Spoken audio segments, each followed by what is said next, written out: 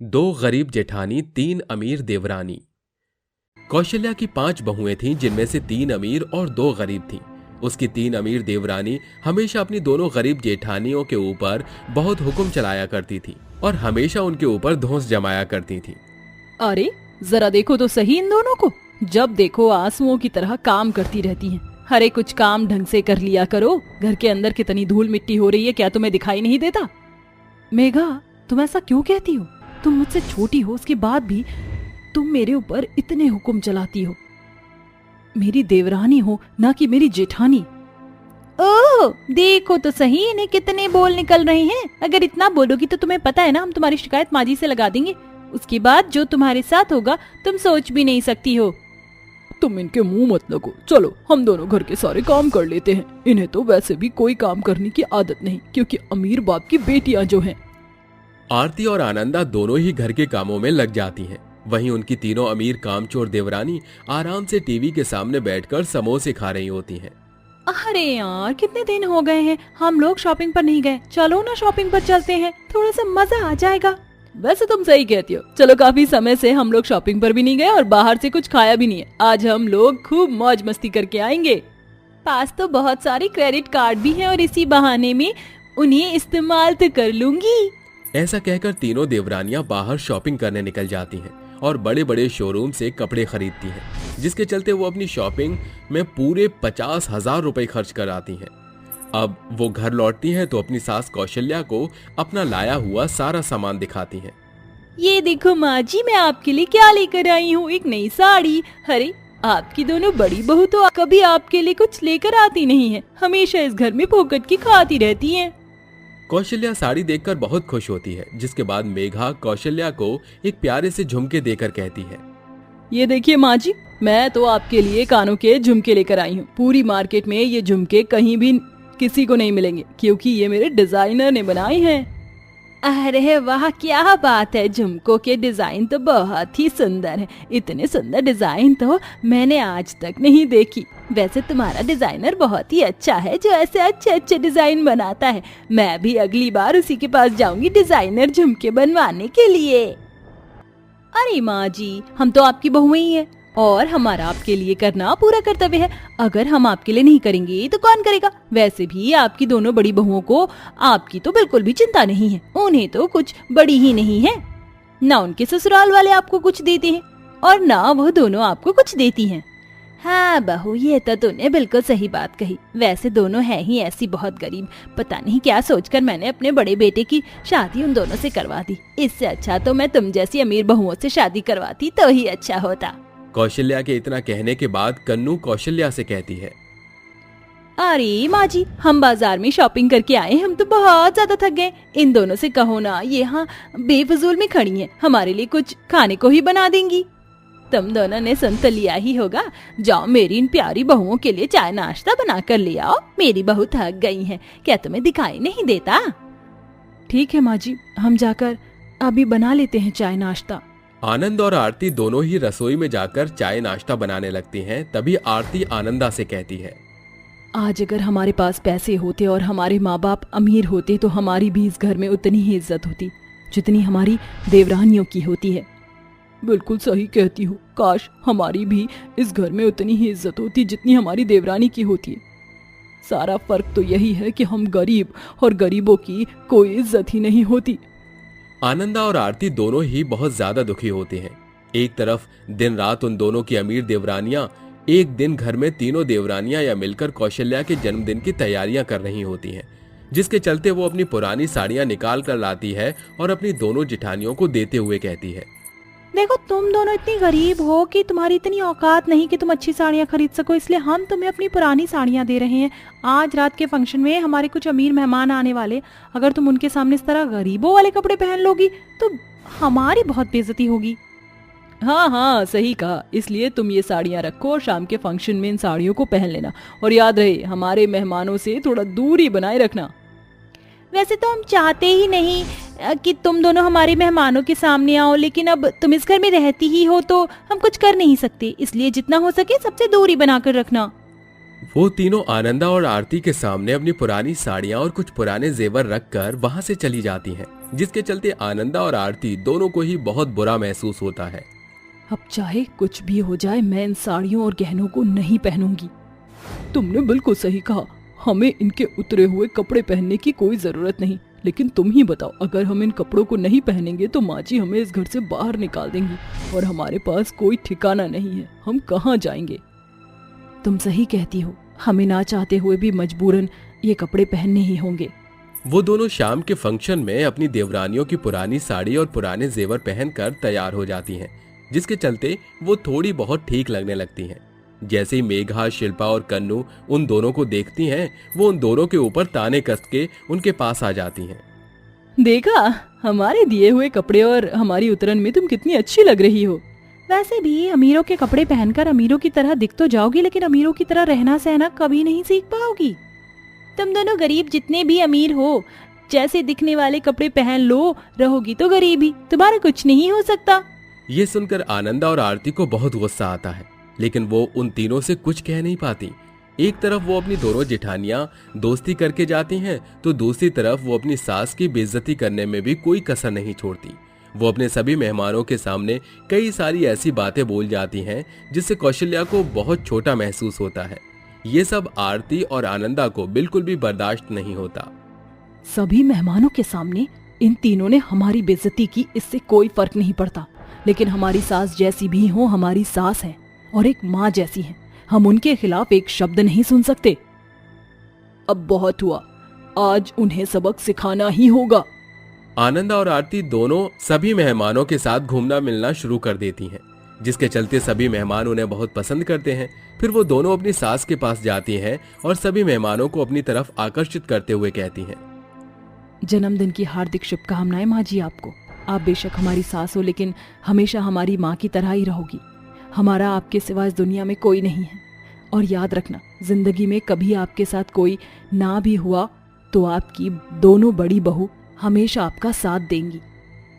कौशल्या ने अपनी दोनों बड़ी बहू के साथ शुरू से ही बहुत बुरा बर्ताव किया था, जिसके चलते उसे अपनी गलती का एहसास होता है और वो सही गलत समझ जाती है। वो रोते हुए अपने दोनों बड़ी बहुओं से माफी मांगती है। तुमने हमेशा मुझे माँ की तरह समझा, लेकिन मैंने तुम्हारे साथ बहुत अत्याचार किए, सिर्फ अपनी अमीर बहुओं के आगे, क्योंकि वह मेरे लिए इतना कुछ करती थी और तुम्हारे बारे में हमेशा मुझे भड़काया करती थी।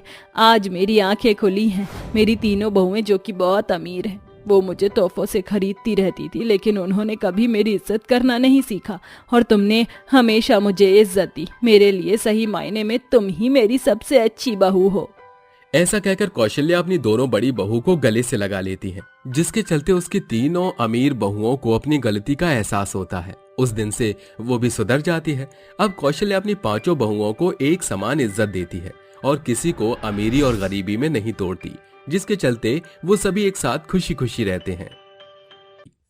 निर्मला बीमारी में पड़ी होती है और घर में राशन भी खत्म हो जाता है, जिसके चलते उसकी बहू कुसुम उसके पास आती है और कहती है, अरे माँ जी, घर में राशन खत्म हो गया है, अब हम लोग क्या करें? खाने के लिए कुछ भी नहीं है। मैं तुझे क्या बताऊं, मेरी तबीयत बहुत ज्यादा खराब है, मैं काम पर नहीं जा सकती हूँ। ऊपर से दुर्गेश का भी कहीं काम नहीं लग रहा है। तभी अचानक से घर में दुर्गेश आता है और अपनी पत्नी कुसुम से कहता है, मुझे बहुत जोरों से भूख लगी है, माँ के लिए खाना बनाओ और उन्हें ये दवाई खिला देना, और मुझे भी खाना जल्दी से बनाकर दे दो। अजी, घर में तो राशन का एक दाना तक नहीं है, आप खाना बनाने की बात कर रहे हो? भला मैं खाना कहाँ से बनाऊं? अभी एक काम कीजिए, मेरे पास ये सोने की झुमकी है, आप और भैया जाकर सुनार पर इन्हें बेच आओ और इनसे जो पैसे मिलते हैं उनसे राशन खरीद कर ले आना। नहीं बहन, पहले ही मैं तेरी पायलों को बेच चुका हूँ, मैं तेरे कानों की झुमकी नहीं बेच सकता। अपनी बेटी को अपने सोने के गहने इस तरह देते हुए देख निर्मला की आंखों में आंसू आ जाते हैं और वो रोते हुए अपनी बेटी से कहती है, कितनी मुश्किलों से तूने पैसे जोड़े थे और इन पैसों को जोड़कर तूने झुमकी बनवाई थी, और इस गरीबी के चलते अब तू इन सभी को बेच रही है। मुझे बहुत दुख हो रहा है बेटी, मुझे माफ कर देना, मैं तेरे लिए कुछ नहीं कर पा रही हूँ। अरे माँ, आप ये कैसी बातें कर रही हो? ये घर मेरा ही तो है। अब मैं अपने घर वालों के लिए कुछ नहीं करूंगी तो किसके लिए करूंगी? आप जरा सोचो तो सही। लो भैया, इन्हें बेच दो। निशा के हाथों से दुर्गेश सोने के झुमके ले लेता है और उन्हें सुनार की दुकान पर बेच देता है। जिसके बाद दुर्गेश और कुसुम दोनों ही घर का राशन ले आते हैं और कुसुम सबके लिए खाना बनाती है। ऐसे ही उनकी गरीबी के दिन चल रहे थे, जिसके चलते एक दिन निर्मला रोते हुए अपने बेटे दुर्गेश से कहती है, अरे दुर्गेश बेटा, तेरी बहन बड़ी होती जा रही है, मुझे तो उसकी शादी की चिंता खाती जा रही है। बता जरा, हम उसकी शादी कैसे करेंगे?